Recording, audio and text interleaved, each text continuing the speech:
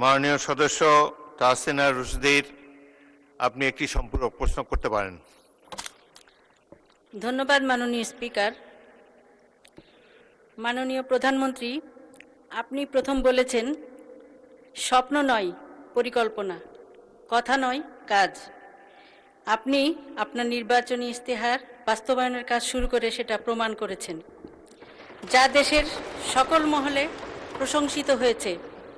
মাননীয় প্রধানমন্ত্রী, পহেলা বৈশাখ বাংলা নববর্ষে কৃষকদের জন্য যে কৃষিকার্ড বিতরণের পরিকল্পনা হাতে নিয়েছেন, সেটা সারা বাংলাদেশের সকল উপজেলায় কৃষকদের হাতে কবে নাগাদ পৌঁছতে পারে আপনার কাছে সবিনয়ে জানতে চাই।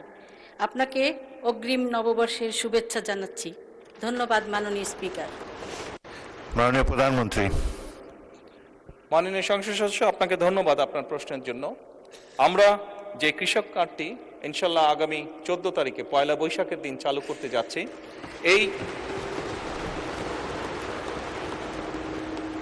এই পাইলট কর্মসূচির আওতায় এরই ভিতরে আমরা প্রায় মোটামুটিভাবে 22,000 বিভিন্ন ধরনের কৃষক, প্রায় 22,000কে এই পাইলট প্রজেক্টের আওতায় নিয়ে এসেছি।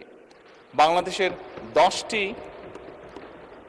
জেলায় এই কর্মসূচি আমরা শুরু করতে যাচ্ছি।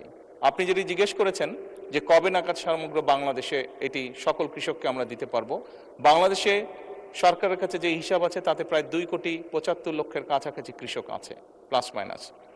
আমরা ইনশাল্লাহ পর্যায়ক্রমিকভাবে আগামী কয়েক বছরের মধ্যে চেষ্টা করব, আমাদের সরকারের পরিকল্পনা রয়েছে সকল কৃষকের কাছে পর্যায়ক্রমিকভাবে পৌঁছানোর জন্য। ধন্যবাদ।